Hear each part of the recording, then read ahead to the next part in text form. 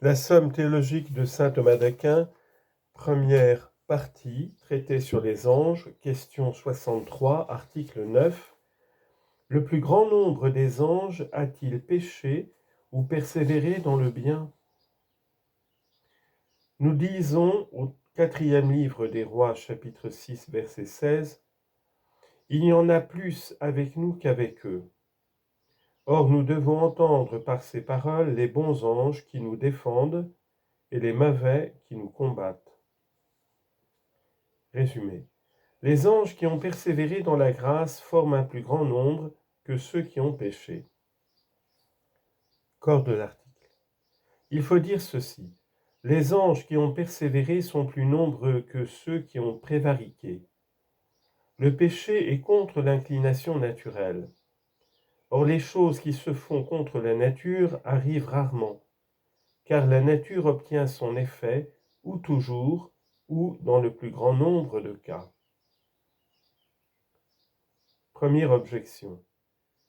Le philosophe dit dans l'Éthique, livre 2, chapitre 5, « Le mal est dans le plus grand nombre et le bien dans la plus faible partie. » Réponse. C'est des hommes que le philosophe parle dans le passage objecté. D'où vient donc le mal parmi les hommes? De ce que le plus grand nombre connaît mieux les biens sensibles que les biens spirituels, de ce qu'il s'attache aux premiers et délaisse les seconds. Mais les esprits célestes, pures intelligences, sont dégagés de toute enveloppe matérielle. On voit donc que le mal trouve dans l'homme des causes qu'il n'a pas dans les anges.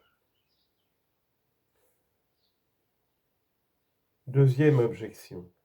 Le bien et le mal ont la même cause dans les anges et dans les hommes.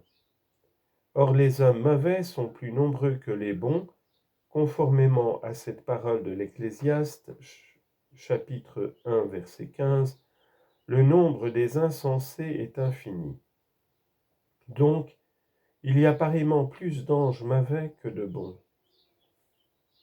Réponse. Ce qu'on vient de lire renferme la réponse au premier argument, donc ce qui vient d'être lu dans la réponse à la première objection.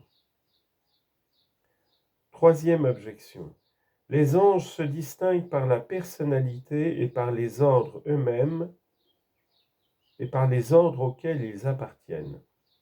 Si donc les anges qui ont persévéré formaient le plus grand nombre quant à la personnalité, nous devrions dire qu'il ne s'est point trouvé d'anges prévaricateurs dans tous les ordres de la hiérarchie céleste. Réponse.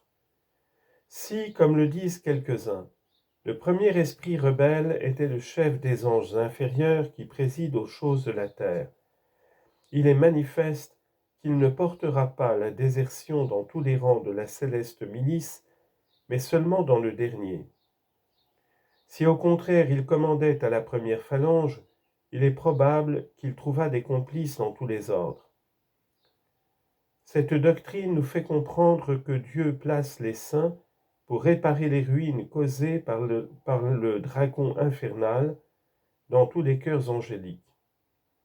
Puis elle entoure le libre arbitre d'une nouvelle lumière, montrant qu'il peut se porter au mal dans tous les degrés de l'être créé.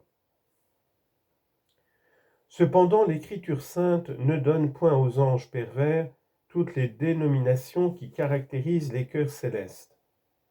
Elle leur refuse les noms de trône et de séraphin parce qu'ils impliquent deux choses incompatibles avec le péché mortel, l'habitation de l'être infiniment saint et les ardeurs de la charité dans les cœurs.